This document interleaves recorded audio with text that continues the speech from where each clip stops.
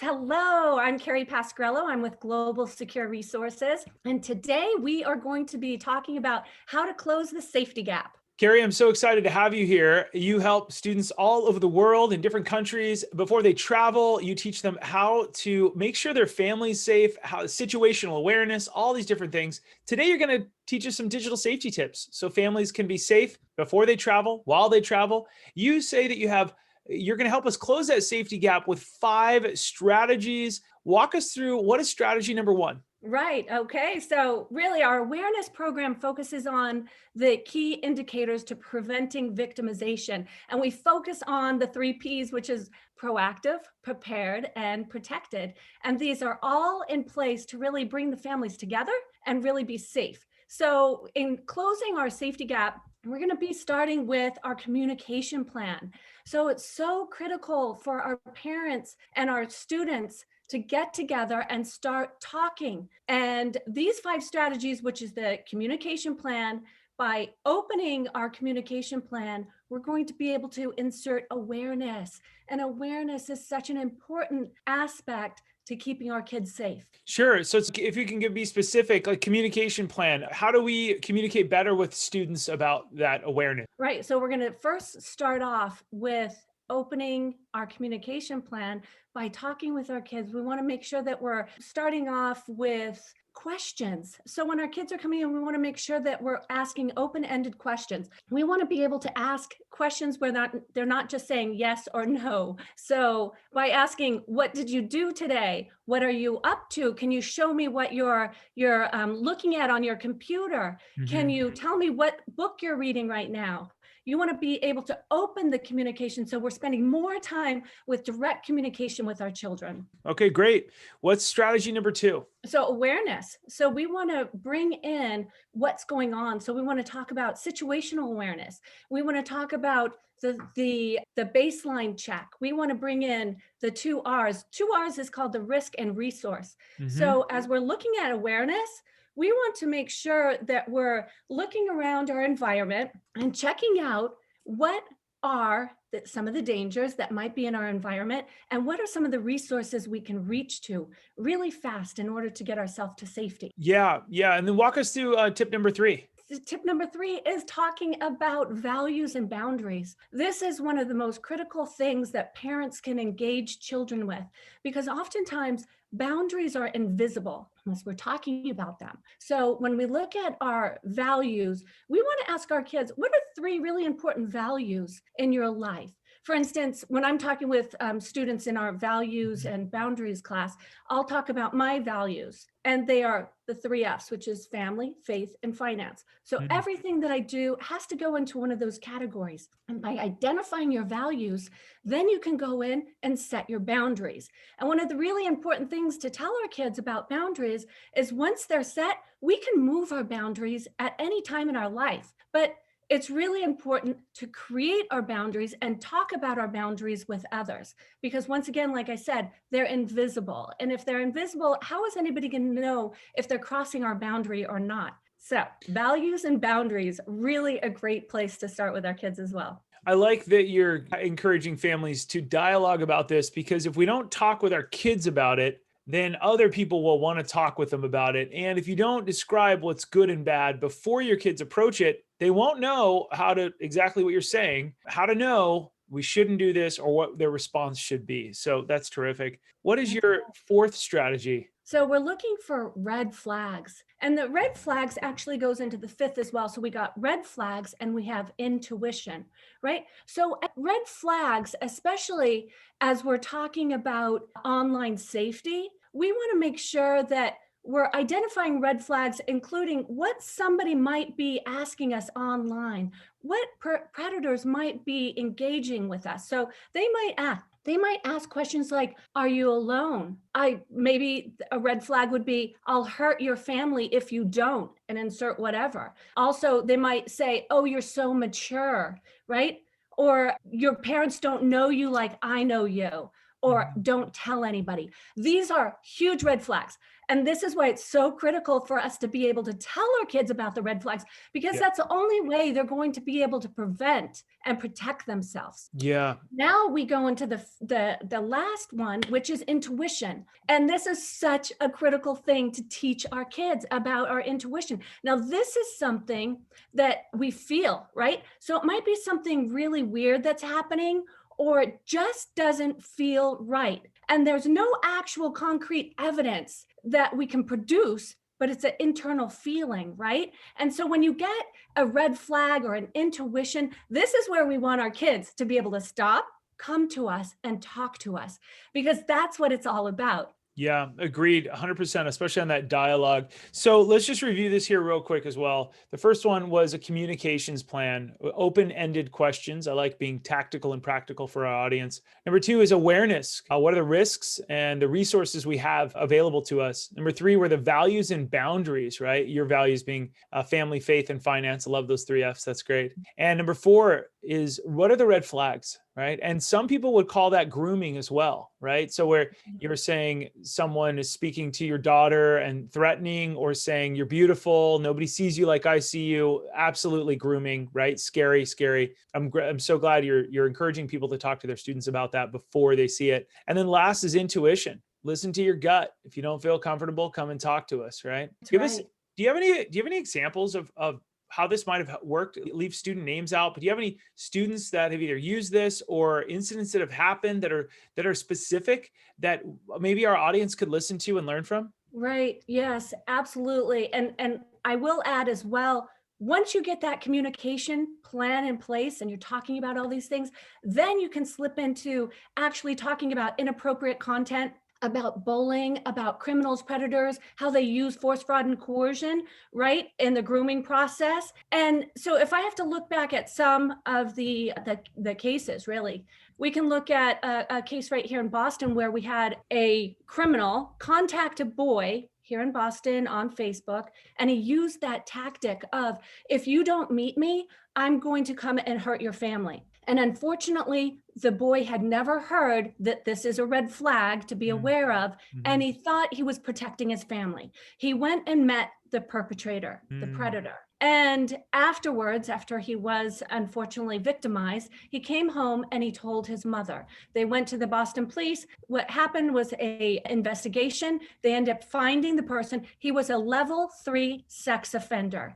And from that, they found other victims. Absolutely horrifying. And this is why it's so critical for us to have this dialogue with our children, because the predators in this world don't want us to have these conversations. They want us to be embarrassed to talk about sexual assault, gender violence, online sexual activity, right? They want us to be embarrassed to talk with our children so they can talk with our children. That is where we're going to foil them. Carrie, you hit it on the head. In a lot of our presentations, we say, hey, the predators don't want you to have this dialogue. They don't want you to know about these tips. They want you to think the way you're currently thinking, unfortunately. And one of the other things that's really important is a lot of parents will say, Carrie, and I want to get your feedback on this. I'm going to have an open-ended question. What do you say to the parents that say, you know what, my student is 11, they're not online yet. I'll wait until I'm ready for them to be online to have this discussion about situational awareness, red flags, and all this other stuff? Right. Okay. I love that question, Josh. And I love it because that is exactly when we want to have our dialogue with our children. We want to get them in the habit of talking with us. We want to get them in the habit of identifying red flags, intuition, all these important safety issues, because really what it comes down to is personal safety. You have to know the risk to avoid the risk, and you have to have it all in place before any risks happen. So that is exactly when we want to talk with our families, right? Before they give that first cell phone. If I were to describe you, I'd describe you as somebody that's encouraging parents to discover this stuff and dialogue about it early and often, right? And you're basically saying before that, and you used to, and you will someday again, pre-COVID, you were helping people overseas when you lived in Thailand for several years, helping international travelers. Many of our listeners need to know that you have an amazing extensive background overseas for several years, helping people to navigate to different countries with physical safety and awareness, right? And now you're doing a lot of that same thing with dialogue that their kids could interact online with other people. But it's so important, any of our listeners right now, and I know our listeners are a little bit ahead of the game because they're listening to this, but if you think at any time, oh, I will wait until I'm ready. Predators love that. They want you to do that. They are begging for you to wait until you're ready because then they can slip in there. And here, let me tell everybody who's listening to this right now what could happen. Your kids go over to their friend's house, right?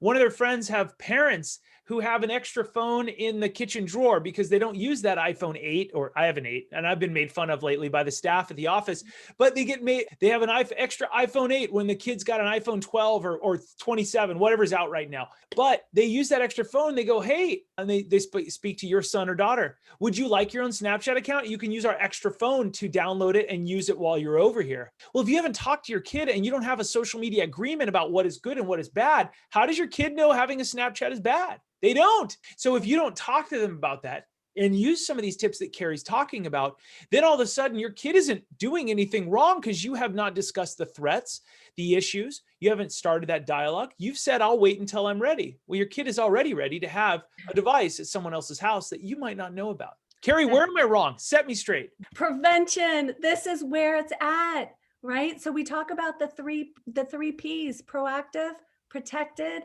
right? I mean, there's just so much into what we really want to do with keeping our kids safe. And if I have to talk about another, story about being proactive, prepared, and protected, it would be when we were overseas and I sent my daughter on another study abroad. We've done a lot of time. We spent 12 years overseas, and she was getting ready to go off on a program. And we talked about, if anybody ever knocked on your door, what do? We got to be proactive. We got to be thinking what the criminals do. So we said, if anybody knocks on your hotel door, you always confirm with the front desk. And sure enough, there she was in Egypt, a high school student. Somebody knocked on her door saying that they were there to fix her air conditioner. But she had that strategy. That proactive strategy. She called the front desk and they said, we didn't send anybody. Right there, she foiled the criminal. Wow. She eliminated his entrance to her room. And I literally can say that saved her life. That still chills me to this day. And so once again, being proactive before any type of criminal elements enter your life is where it's at. And that's why I'm so passionate. And I know you are as well. Yeah, that's a great story, Carrie. For all of our listeners right now, that story's, you're probably thinking, wait, I'm not in Egypt. My kid is they go to school and they want to be on this TikTok thing. We get it. But please, if I were to quote NBC, they said, wherever large amounts of people are at online, that's where predators hang out. Wherever large groups of people are online, that's where the bad people go to just talk with your kids, to chat with them, to coerce them into sending inappropriate photos. The threat isn't just physical, it's also mental and emotional. And we need to know that mental health is very important right now, as people are saying, hey, I'm going to victimize you by forcing your daughter or your son to send me inappropriate photos and so on. Right, exactly. And I think when we go back to even the examples, I was on a consultation with a parent and a student, and I always know about sexting or students sending nudes. And I've heard, sometimes those numbers at a school could be in the 70% range. And so as I was talking with this father and daughter, I just threw that out. And I said, I know some schools, they have very high numbers of this. What is it at your school? Is it about 50%? Is it 70? And she was really shocked at that question, right? Because of course she, she's never talked about these types of issues in front of her father. But this is why it's so open, so amazing to just open that door and start talking about it. And she said, yeah, it's probably over 50% of the students are sending each other nudes. And you know what? That is where your values and boundaries are so important to have set. They can't be invisible, and you got to stick with them, right? And so this was such a great way to engage the father and the daughter on such an important, critical conversation. And she was able to think about how to help a friend if they did send out some inappropriate pictures and what to do. So that is just really important, giving them the strategies and tools and techniques to really stay safe. And like I said, that story about Egypt, that was the cold call technique. It's the same thing predators are using online. They're just knocking on your door and it's inside your child's bedroom. Yeah, that's 100%. It's also a numbers game for them. They're going to knock on if parents, if you're ever saying, "Oh, but we're not important, we're not millionaires, we're not this, we're not, I don't have to have secure passwords for this reason." That's exactly what they want you to say. Or my kid isn't online yet, they're not on social media, they're begging for it, but they're not. That's exactly what they want you to think, is that you'll be ready. You'll be ahead of the opportunist, the predator, the person who is trying to take advantage of your child. So please Right. consider this warning. Yeah, and I really like the way that you've talked about in your books about how important it is for your career, right? Because Yeah. that just comes right into being proactive for your future. And I know myself and my husband, we both have had to fill out the SF-86, which is the forms to get the investigation going towards you getting your clearances, right? And Mhm. so you have to make sure that your digital life is pristine. You have to understand that everything you've done in the past will come up again. And that was one of the strategies that I use teaching my children. I have 3 children. And so when they were very young, I would show them our SF-86 forms and saying, you know what, these are the questions they're going to ask.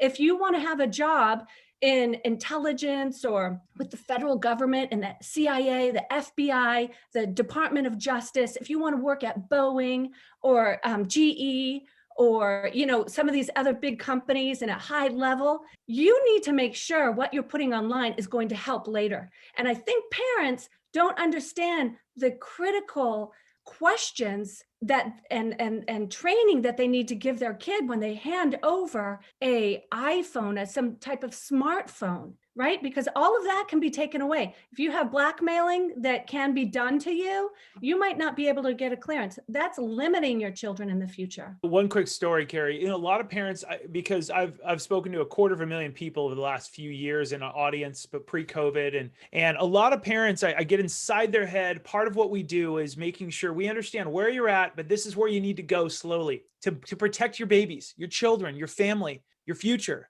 And one of the biggest things sometimes for parents to make sure their kids are safe is, okay, I'll be all right, but they often don't know how very important those Google results are. And they'll think, oh, I'm not online, or my kid isn't online. All those people are other people, those people who got arrested and everything else. One thing I want to tell people right now is, if there's a lot of confusion about it could be your daughter or your son and those people who are arrested, then it doesn't bring clarity. And I'm all about the 3 Ps, the 2 Cs. We have all these different things, light, bright, and polite. I'm a lot like you, Carrie. We make things rhyme and easy to remember. Does it bring confusion or clarity over who your son or daughter is? Clarity looks a little bit like this. It's got their website up first. It shows about their portfolios, projects, public service on that website. It's got a real Instagram or real Twitter and all these different things that can put the best foot forward, or maybe a LinkedIn or something else.